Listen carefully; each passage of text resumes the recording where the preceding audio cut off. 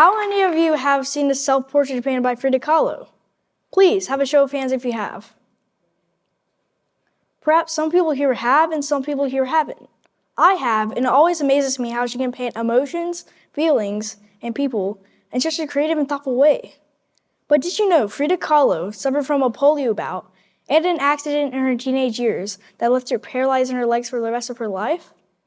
No, you probably didn't. But if we think about people who are around us right now, Elon Musk is probably a name that pops a lot, right?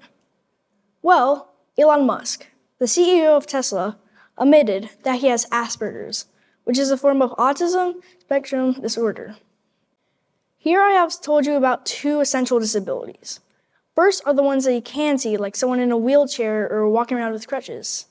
These folks might need some extra help doing their day-to-day tasks as well as moving around. But then there are ones that you just don't notice right away. These are ones that you can't see by just looking directly at somebody. Conditions I'm talking about are autism, ADHD, or mental health challenges like anxiety or depression. Imagine navigating through life with Parkinson's disease, which is a disorder that progressively affects your nervous system.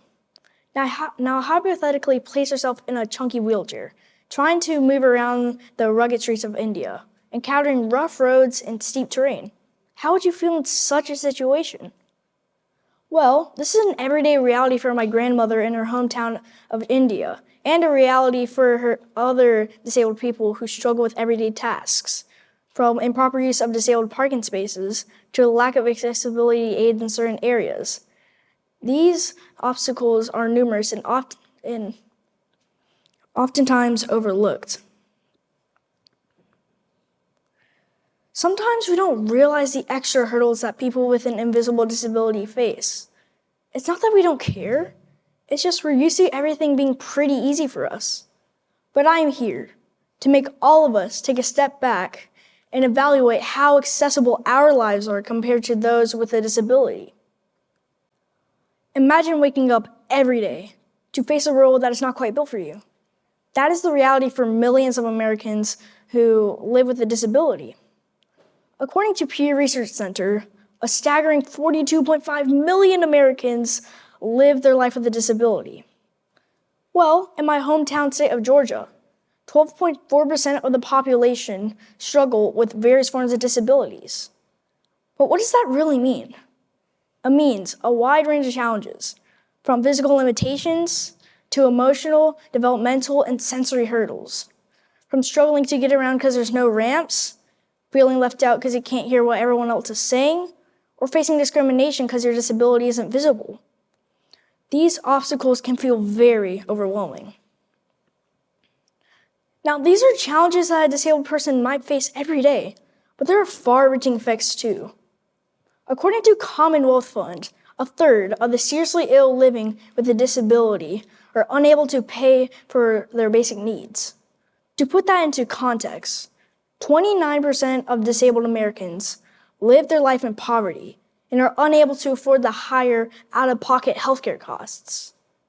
Isn't healthcare supposed to meet the most basic right of every individual? The purpose of this speech was not only to bring your attention to the subject, but to actively play our individual part into improving these conditions. As individuals, there are simply powerful ways that we can help. And all starts with empathy. Taking the time to listen and understand the needs of people with disabilities.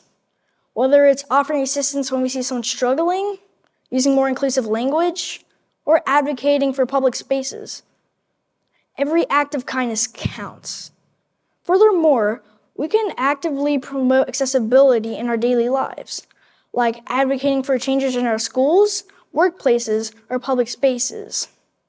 This could mean raising awareness for the installation of ramps, elevators, or accessible restrooms, or pushing the implementation of inclusive policies and practices. No matter what step you take, don't think of it too big or too small of an impact. But our role doesn't even stop there. As a society, we have a collective responsibility to break barriers and to create equal opportunities for all. This means advocating for policies that promote accessibility and inclusion, supporting organizations that champion disability rights, or challenging harmful stereotypes or discrimination. Whether it's supporting local businesses owned by people with a disability, showcasing artwork or performances by disabled artists, or simply including people of all abilities in social activities, we are taking one big step towards acceptance.